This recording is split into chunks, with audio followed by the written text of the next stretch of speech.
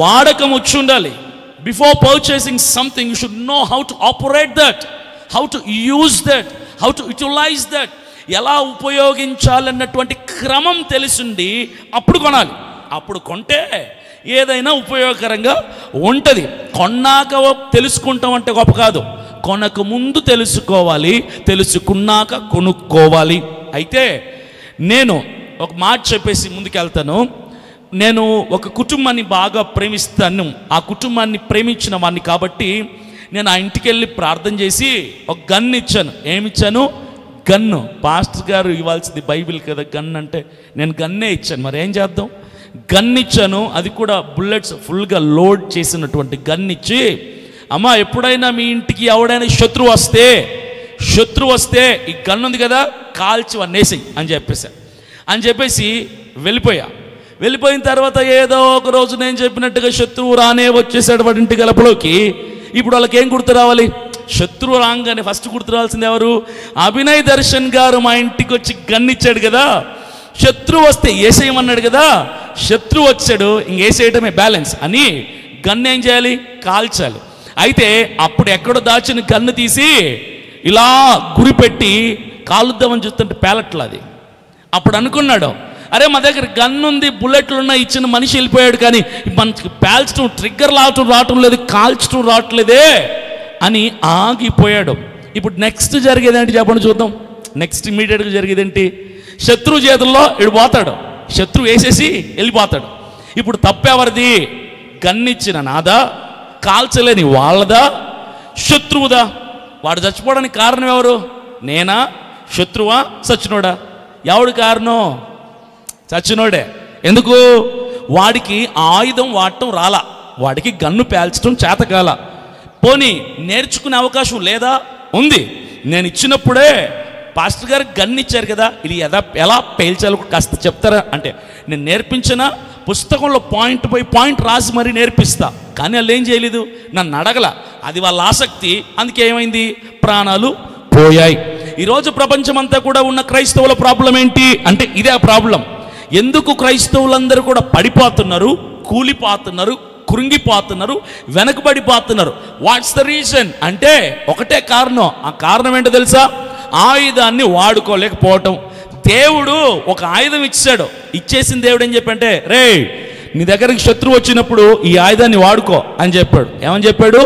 శత్రువు వచ్చినప్పుడు ఈ ఆయుధాన్ని నువ్వు వాడు, నువ్వు గెలుస్తావు, శత్రువు పారిపోతాడు అని దేవుడు క్రైస్తవ లోకానికి, క్రైస్తవ సమాజం అంతటికి కూడా ఒక ఆయుధం ఇచ్చాడు. అది గన్ను కంటే పవర్ఫుల్. ఏంటది? గన్ను కంటే పవర్ఫుల్.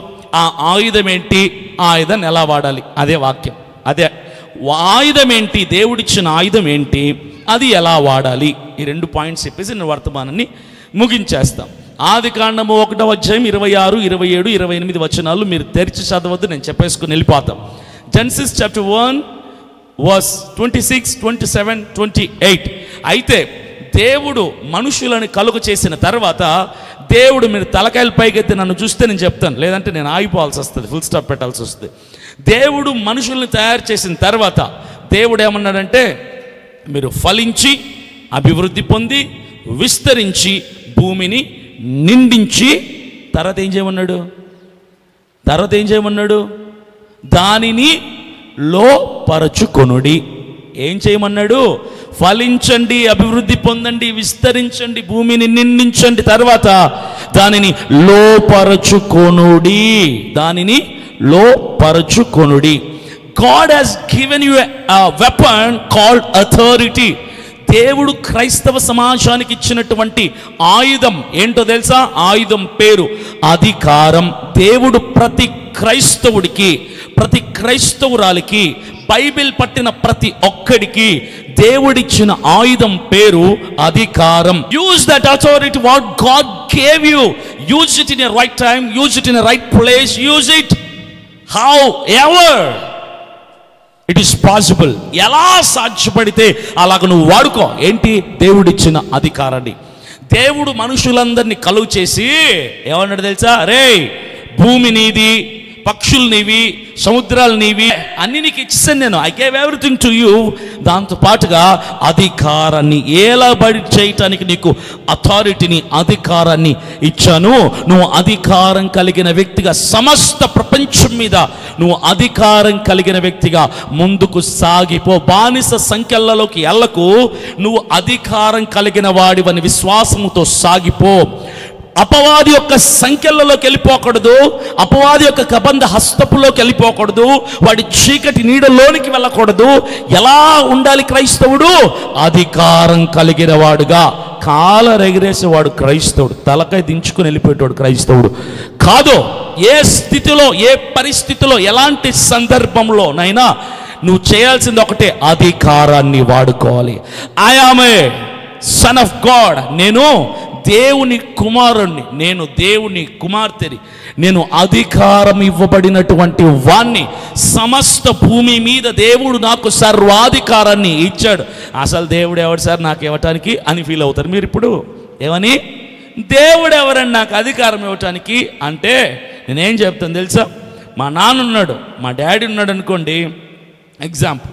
మా నాన్న కోటీశ్వరుడు అయితే ఆయన కొడుకునైన నేను బిచ్చగాన్ని అవుతానా? ఏమవుతాను? కోటీశ్వరుణ్ణి అవుతా. మా నాన్న BMW కారులో తిరిగితే నేను ఆటోలో తిరుగుతానా? ఎక్కడ తిరుగుతాను? మీరు ఫాస్ట్గా చెప్పేయాలి ఆన్సర్స్. నేను కూడా BMW కారులోనే తిరుగుతాను.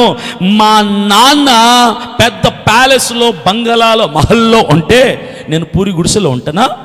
నేను కూడా మహల్లో, బంగళాలోనే, ప్యాలెస్లోనే ఉంటా. చిట్ట చివరిగా మా నాన్న రాజు అయితే నేనేమవుతాను? పేదోన్ని అవుతానా? నేనేమవుతాను? కాదు, రాకుమారుణ్ణి అవుతా.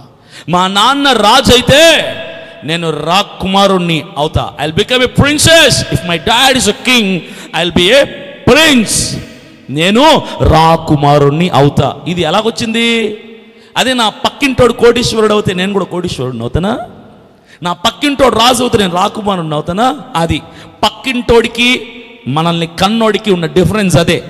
నాన్న ఏం కోరుకుంటాడు తెలుసా? భూమి మీద ఉన్న ఏ నాన్నైనా, ఎలాంటి నాన్నైనా కోరుకునేది ఏంటంటే నా కొడుకు గొప్పోడవ్వాలి, నా కొడుకు ప్రయోజకుడు అవ్వాలి. అందుకే బిడ్డల కోసం తల్లిదండ్రులు బాగా కష్టపడి సంపాదించి వాళ్ళని ప్రయోజకులు అయిన తర్వాత వాళ్ళని చూసి ఆనందించాలి, గుండెల మీద చేసుకొని పడుకొని నిద్రపోవాలి అనుకుంటారు. ఎప్పుడో తెలుసా?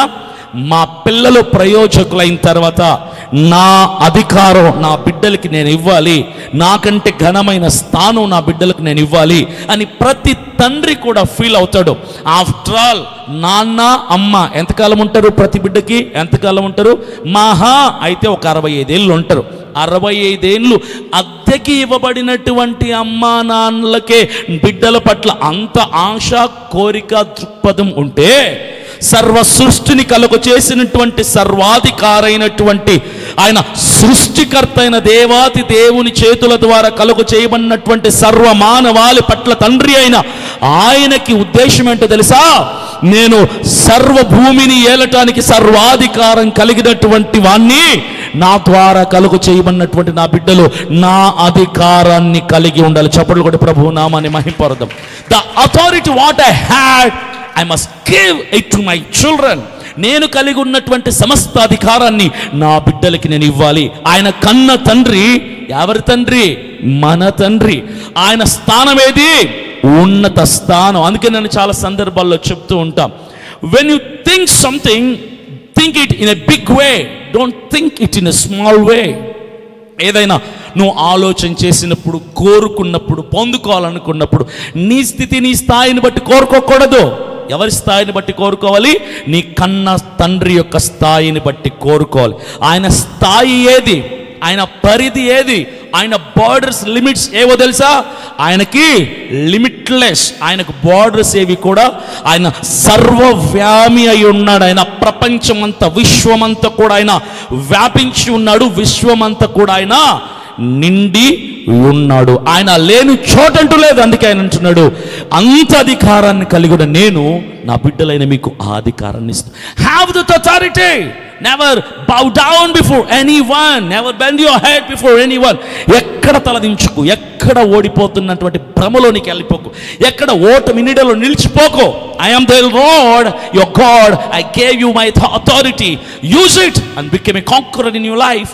నేను ఇచ్చిన అధికారాన్ని వాడుకొని నువ్వు ఘనమైన విజయాన్ని సాధించాలి అని నేను ఆశపడుతున్నా అని దేవుడు కోరుకుంటున్నాడు.